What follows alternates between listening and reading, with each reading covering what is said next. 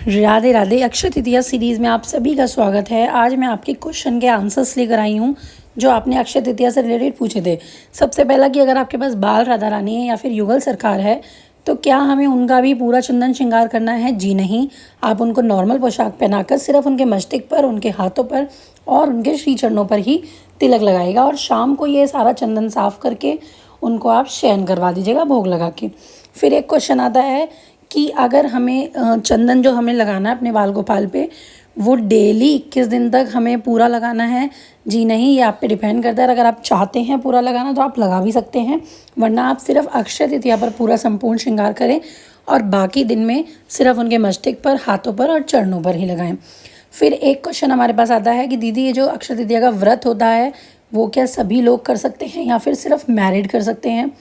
बिल्कुल, आप सभी लोग इस व्रत को कर सकते हो और ये फलाहार नहीं होता है। इस पर खीर, पूरी और सब्जी बनाई जाती है। खीर का भोग अवश्य लगता है और जो इसके अच्छे से भोग हैं, भोग क्या क्या लगाएं हम लोग? आप आम का भोग लगाएं, तरबूज का लगाएं, खरबूजे का लगाएं और खीरे का भोग लगाएं। जो भी ठंडी चीज़ें हैं वो उसका भोग लगाएं। इमली का पन्ना बना दीजिए, आम का शरबत बना दीजिए, आम रस बनाए हैं। और मैंने एक इंस्टाग्राम पे कुल्फ़ी, जो मटका कुल्फ़ी आती है, उसकी रेसिपी भी डाली है, तो आप वो भी बना सकते हो क्योंकि वो भी ठंडी होती है। तो हर ठंडी चीज़ का भोग आप सुबह लगाएं और शाम को सब्जी, पूरी और खीर का भोग उनको अवश्य लगाएं। अब व्रत में आप लोग पूछेंगे कि जल देना होता है। जी हाँ, व्रत आपका खुलेगा चाँद को जल देने के बाद। वैसे तो ये जो व्रत है वो गंगा जी में जल देने के बाद ही पूरा होता है, लेकिन हर बार हम गंगा जी नहीं जा सकते, इसीलिए हमें अपने घर पर ही चाँद को अर्घ देकर ही ये व्रत संपूर्ण करना होता है। अब लोग पूछेंगे पोशाक कौन सी पहनानी है? इस दिन आप हो सके तो पिंक या फिर येलो पोशाक पहनाएं, बहुत ही शुभ होगी आपके लिए। और अब बहुत सारे लोग आएंगे कि अगर हम लोग अपनी मेंस्ट्रुअल साइकिल पर हैं, पीरियड्स पर हैं, तो हम लोग अक्षय तृतीया की पूजा कैसे करें? देखिए, अगर आप अपने इन पीरियड्स पर हैं तो आप पूजा नहीं कर सकते हैं। जब आप ठीक हो जाएं, क्योंकि ये 21 दिन की चंदन यात्रा है, तो आप 21 दिन में कभी भी ये चंदन पूरा कर सकते हैं। फिर एक क्वेश्चन आप लोगों ने भेजा था कि हम लोग 21 दिन की चंदन यात्रा कर रहे हैं लेकिन बीच में हमें कहीं जाना पड़ जाए तो क्या हमारी पूजा खंडित हो जाएगी?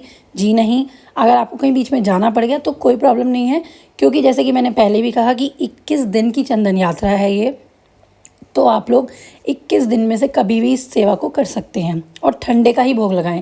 अब एक क्वेश्चन मैं बताती हूँ कि हम पोशाक कौन सी पहनाएं, लड्डू गोपाल जी की सेवा किस तरीके से हमें करनी चाहिए अक्षय तृतीया से।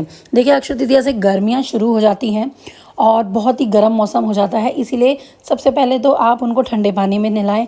ये नहीं कि बर्फ़ का पानी, नॉर्मल टंकी का ठंडा पानी। फिर आप उनको कॉटन की ड्रेस पहनाना शुरू करें। ये जो तारे और चटक पटक भारी ड्रेसेस होती हैं ना, ये बंद कर दें। कॉटन की ड्रेसेस ले आएँ, वो ही पहनाएं और उनकी ज्वेलरी हल्की कर दें। काफ़ी लोगों को मैंने देखा है बहुत बड़े बड़े मोटे मोटे हार पहनाते हैं, जो कि इस समय बिल्कुल सही नहीं है। आप ही सोचिए, जब आप भी मोटे मोटे हार पहन कर रहेंगे पूरा दिन गर्मी में तो आपको भी अनकंफर्टेबल फील होगा।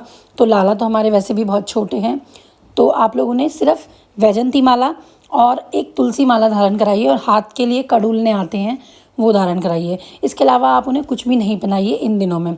और उसके बाद पंखा उनके लिए ज़रूर रखें, उनका चंदन श्रृंगार अवश्य करें। पूरा चंदन श्रृंगार नहीं कर सकते हैं तो मस्तक पर चंदन ज़रूर लगाएं। और फिर एक क्वेश्चन आता है कि हमें शाम को चंदन हटाना है। जी हाँ, शाम तक यानी कि 3 से 4 बजे तक आप लोग चंदन रखिए। फिर आप लोग या तो एक पानी लीजिए गंगा जल, उसमें रुई को डिप करके और जो चंदन है ठाकुर जी का वो पूरा साफ़ कर दीजिए, या फिर आप ठाकुर जी को नहला दीजिए, क्योंकि गर्मी है, कोई दिक्कत नहीं है। नहलाने के बाद शाम को उनको कॉटन की ड्रेस पहना दीजिए और उसके बाद ही आप शाम की आरती और पूजा करिए। फिर एक क्वेश्चन आता है जो हमने पूजा विधि में मटका वगैरह रखा था उसका हमें क्या करना है? देखिए, जो आप मटका पूजा में रखेंगे वो आप पूजा के बाद थोड़ी देर बाद ही दान कर दीजिए, जिसको भी आपको करना है, जो भी ज़रूरतमंद हो आपके आसपास। और जो आप फ्रूट्स हैं, या तो आप उन्हें अपने घर में खा लीजिए भोग लगे हुए को, या फिर आप उन्हें भी छोटे बच्चों को मंदिर में जाकर दान कर सकते हैं, उनको खिला सकते हैं।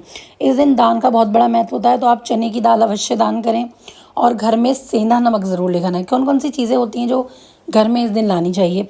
घर में इस दिन 1-2 सेंधा नमक ज़रूर लाएं और हो सके तो इस दिन थोड़ा सा सोना खरीद कर लाएं, क्योंकि चाहे छोटी सी आप अंगूठी क्यों ना खरीदें, क्योंकि सोना अगर आप इस दिन खरीदेंगे तो वो दिन दोगुनी तरक्की होगी आपकी सोना खरीदने में। और अगर आपको कोई नया काम शुरू करना है तो भी आप अक्षय तृतीया से कर सकते हैं। और इस तरीके से आप लोग कर सकते हैं। अब लाला को अब मैंने बता दिया कि सुबह आपको चंदन लगाना है और शाम को आपको उनका चंदन हटाकर बैठा देना है। और रात को भी आप कोशिश करें कि उनको बहुत हल्के कपड़े पहनाकर ही शयन कराएं। मोटे वाले जो गद्दे आते हैं वो बिल्कुल ना लें, पतले वाले हल्के गद्दे रुई के जो होते हैं वो लें। मार्केट में चादर भी अवेलेबल है छोटी छोटी कान्हा जी की, वो भी ले लीजिए। तो इस तरीके से आप लोग लड्डू गोपाल की सेवा कर सकते हैं। इसके अलावा भी अगर आपके कोई क्वेश्चन हैं तो आप मुझसे कमेंट सेक्शन में बता दीजिए, मैं आपके लिए एक सेपरेट वीडियो बनाकर आपको दे दूँगी। और हमारे इंस्टाग्राम पे 1 मिनट सीरीज़ चल रही है जिसमें मैंने टोटल शुरू से लेकर आखिरी तक सारी इन्फॉर्मेशन दी है, तो वो भी आप जाकर इंस्टाग्राम पर देख सकते हैं। इंस्टाग्राम का लिंक मैं डिस्क्रिप्शन बॉक्स में डाल दूँगी। और यार अगर देखो हम इतनी मेहनत करते हैं, वीडियो पसंद आया करे तो शेयर कर दी कीजिए, लाइक कर दिया कीजिए। राधे राधे, शिकुंज बिहारी शेयरदास।